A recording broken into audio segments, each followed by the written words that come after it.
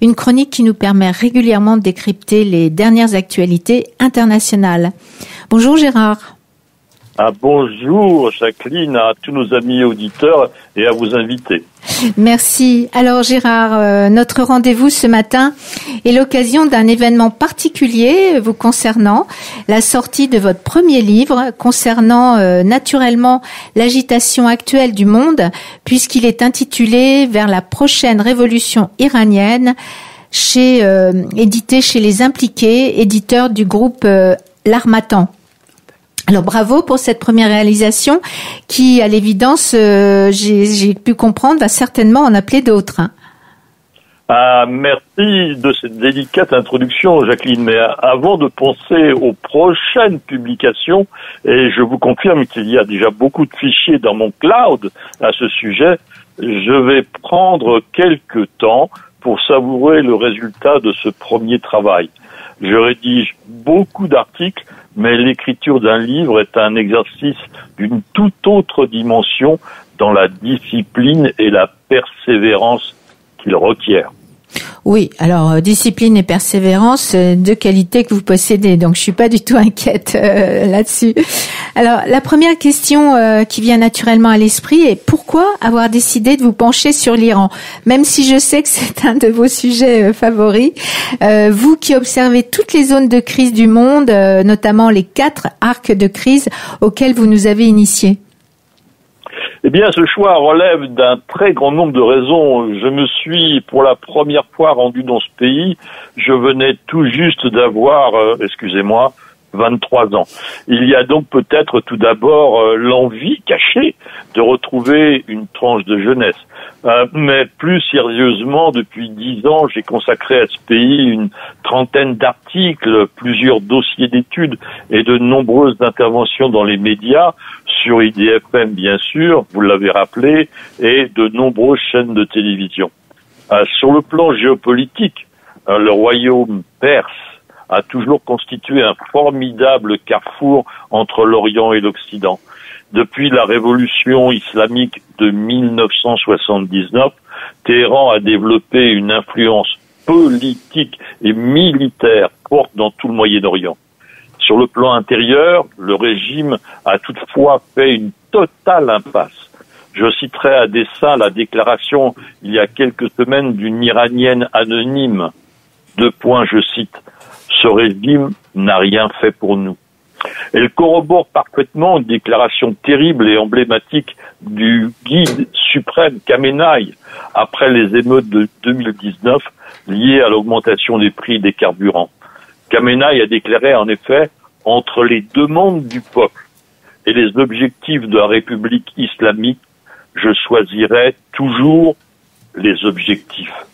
On ne peut être plus clair et cynique à la fois. Le peuple ne doit rien attendre de ce régime. » L'Iran se trouve donc en ce moment à un terrible carrefour qui additionne crise économique, crise sociale et coupure politique entre le peuple et le régime. C'est vrai que ce pays a connu plusieurs révoltes, depuis notamment le décès d'une jeune femme, Mahsa Amini, accusée de mal porter son voile. Votre analyse vous conduit à prévoir une éruption encore plus forte. Gérard, quels seraient les facteurs qui feraient jour ces dernières années, dont celle généralisée en 2022 déclenchée par le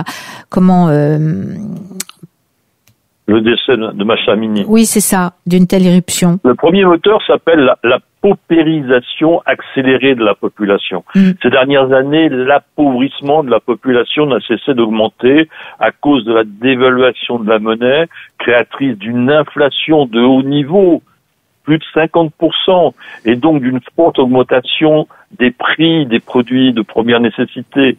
Le taux de chômage est particulièrement élevé chez les jeunes, 20 à 25% selon les estimations.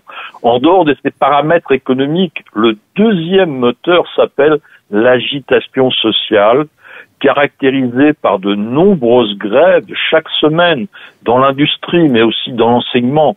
À cela s'ajoutent des manifestations de retraités, dont les faibles pensions connaissent d'importants retards de paiement. De tout cela, rien n'est évoqué en France, mais cela existe. Ce cumul crée inévitablement un troisième moteur, une rupture politique entre la population et le régime. Ce rejet se matérialise à travers l'écroulement des taux de participation au dernier scrutin présidentiel de 2021 et législatif de 2024, autour de 20% seulement. Le décès accidentel du président Raisi va ainsi conduire à un nouveau scrutin présidentiel le 28 juin. Le pouvoir redoute le taux de participation et communiquera des chiffres, ses propres chiffres, qui lui seront le moins défavorables possible. Le taux réel pourrait être inférieur à 20%. Ce scrutin, qui n'est nullement une élection au sens où nous l'entendons, car il exclut toute liberté de candidature, d'expression et de contrôle, constitue un défi additionnel pour le régime. Il déploiera le maximum de forces de sécurité, communiquera fortement contre les opposants qu'il cible systématiquement à l'intérieur et à l'extérieur du pays, à savoir l'OMPI, l'organisation des Moudjahidines, c'est-à-dire des combattants du peuple iranien. Le peuple sera aussi de plus en plus le pouvoir sera aussi de plus en plus répressif socialement, en particulier contre les jeunes femmes qui s'éloignent de plus en plus du port réglementaire du voile. La colère gronde économiquement, socialement et politiquement. Le feu de la révolte couve donc, selon vous, sous la cendre en Iran. Il ne manquerait en quelque sorte qu'un élément déclencheur. Y a-t-il des signes annonciateurs ? On peut s'étonner que les médias dans notre pays ne reprennent pas la réalité du terrain iranien. Vous avez chaque nuit dans le pays des dizaines d'actes de désobéissance ou de sabotage entrepris par des équipes qui se dénomment unités de résistance, d'ailleurs coordonnées par l'OMPI. Des milliers de petites équipes sont à l'œuvre pour coller des affiches, inscrire des slogans, brûler des panneaux à la gloire du régime ou lancer des cocktails Molotov contre les bâtiments des forces de sécurité, de la justice ou des fondations religieuses. Les jeunes et les femmes y jouent un rôle majeur. Or, un régime qui a perdu le soutien de sa jeunesse a du souci à se faire pour son avenir. Les ressorts d'une telle révolution sont en train de se tendre de plus en plus. Il faudra peu de choses pour qu'ils se détendent violemment et que l'Iran passe d'une révolte à une prochaine révolution. Merci Gérard, pardon, j'allais vous appeler Jean-Pierre, je ne sais pas pourquoi.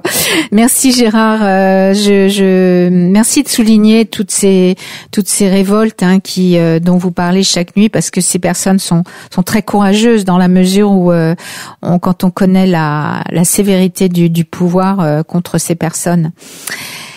Absolument. Merci pour cette description très actuelle de la situation iranienne. On retrouve bien là votre attrait pour les conclusions qui anticipent sur les probables événements à venir. Alors, chers auditeurs, je vous rappelle le titre, Vers la prochaine révolution iranienne, et de la maison d'édition Les Impliqués éditeurs, de notre chroniqueur Gérard Vespierre. Vous pourrez à la fois soutenir son travail et découvrir la réalité de ce grand pays. Merci et bravo Gérard pour cette première parution et bon préparatif pour la prochaine. Merci de cet humour. À très bientôt. Et je voudrais quand même rappeler Gérard que tous vos écrits, comme je fais à chaque fois, et interventions se retrouvent sur votre site www.lemonde décrypté. C'est gratuit, il faut juste s'abonner. Alors moi Gérard, je vous donne rendez-vous à la rentrée puisque l'économie en direct va bientôt prendre ses quartiers d'été. Donc on se retrouve à la rentrée. À bientôt. Bonne fin d'émission et bon repos bien mérité. À bientôt. Au revoir. Merci. Au revoir, Gérard.